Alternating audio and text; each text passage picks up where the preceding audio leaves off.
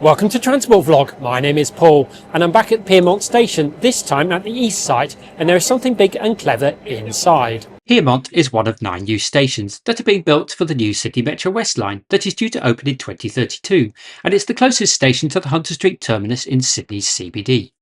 This station will have 2 entrances and concourses, with the larger Pyrmont East construction site being for the future Union Street entrance building.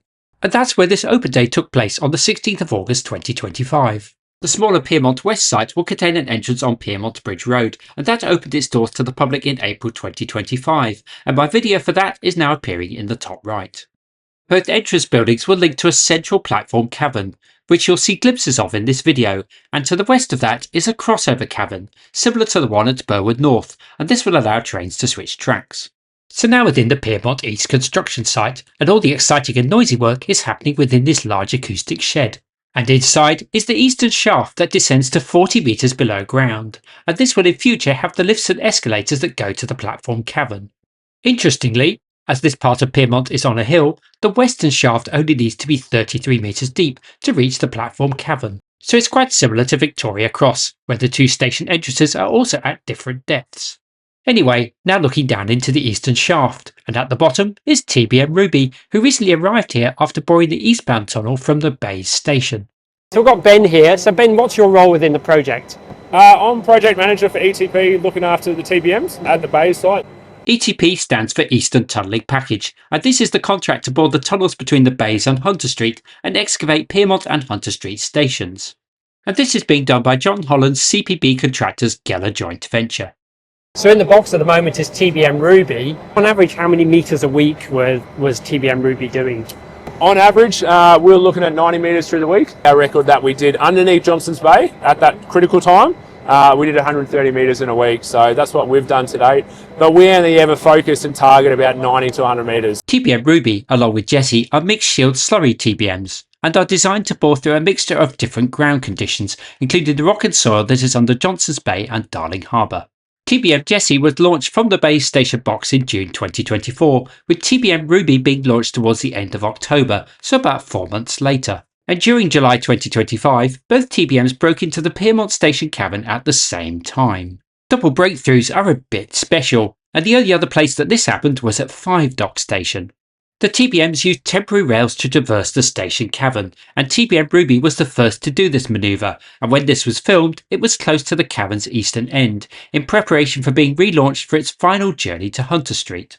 Focus is now on Ruby, getting Ruby all the way through to Hunter Street, but Jessie's about 200 metres back. She's gradually coming out of the tunnel as we broke through, and she'll be up in this location middle of next week. So in about 3 or 4 more days, she's right next to Ruby. Is there a bit of friendly competition between the crew on TBM Ruby and the crew on? There is. Jessie? There is always that competition between the crews. They all like to find, how many did you do today? How many did you do tonight? Which is good. It's healthy. We make sure it is healthy competition, but making sure that focus is first and foremost on the safety of themselves and everyone around them, but then also the quality that we're leaving behind. 4 months later, in December 2025, TBM Ruby broke through into the Hunter Street Station cavern, with Jessie breaking through about 2 months after Ruby in February 2026. And that marked the completion of tunnelling for the entire Sydney Metro West line, which means that this will be the last TBM video on my channel for a good few years. When TBM Ruby commenced her journey from the Bays Station box, the cutter head and front shield were painted blue, with the second shield being in white, and including logos and handprints created by staff members. However, after boring the tunnel to Pyrmont, almost all of the paintwork had disappeared, so it looked kind of naked.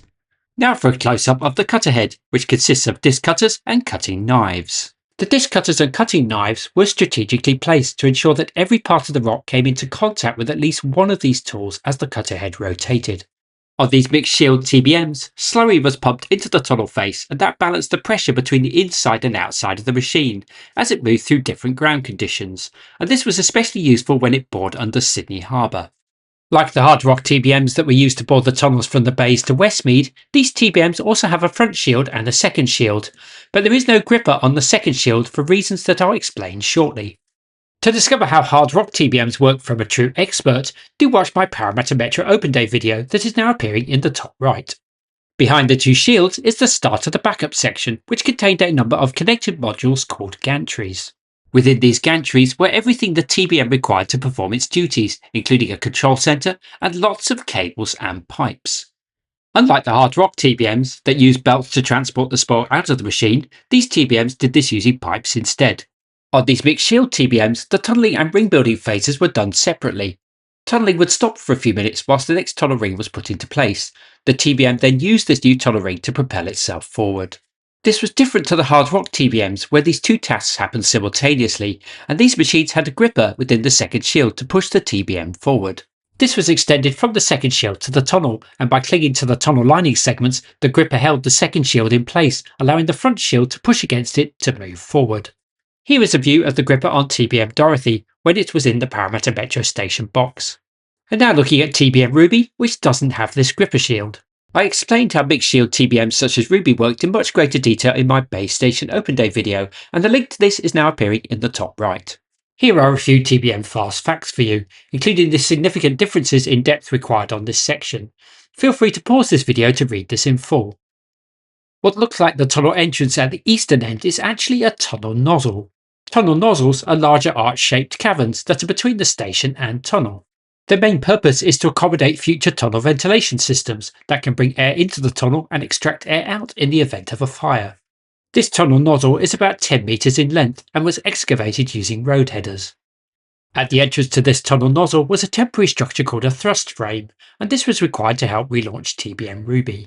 A few days later, a temporary steel ring was attached to the front of this thrust frame, similar to this one that was used to relaunch TBM Dorothy at Pyrmont Metro Station.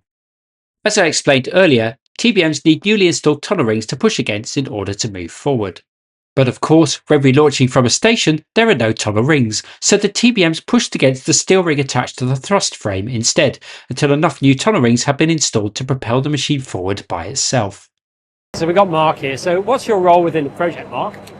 So I actually work for Sydney Metro as a communications manager, so we're out here talking with the community, the business owners. So here on the east site, you can see down the shaft, and that'll take you down eventually to where the platforms are going to be. So it'll be an island platform, you'll have one train on each side. And that island platform, along with both tracks, will be within this one cavern. Unlike some of our other stations, which we call open cut stations, This is a cavern, as you said, and we use a mixture of excavators but also road headers. So road headers are generally used where you need to get that sort of curved shape like the cavern, so that's been used here predominantly on the site. The exposed rock on the eastern shaft walls is Sydney sandstone, and excavators fitted with saw cutting attachments were used to smooth down the surface of the rock on these walls. Further up, shotcrete has been used to line the walls, and you can see the ends of the diagonal rock anchors that support these walls from the outside. So this will in future be the eastern entrance? Correct. So where will the actual entrance be? Yeah, so we're looking to put the entrance on Union Street. We still haven't got to the stage where we've assigned our station contractor just yet, so once they're assigned, we go through a bit more of a detailed design phase. On Sydney Metro projects, the civil engineering work is completed first by contractors that specialise in tunnelling and excavation. Then new contracts are awarded for the installation of track, signalling, systems and for the build and fit out of the stations.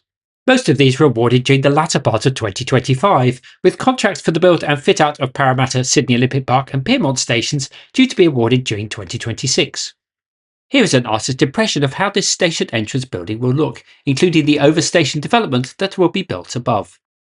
So we've got Bob here. So Bob, what's your role within the project? Project Director for John Holland, CPB, Angela joint venture. Right at the beginning of this tubes is a scrubber. So all the dust goes in and all the air and all the fumes go in and that gets filtered out. It's got 136 filter socks and filters in there. And it basically takes the minutest particle of air and particulates out and basically purifies it. We have high silica levels. So we have to protect not only ourselves but the community. Now looking up, and you can see two gantry cranes. These run along the yellow rails, and below it are strong cables connected to a pulley system that contains a hook. These gantry cranes are used to lower machinery and equipment into the shaft and bring it out again.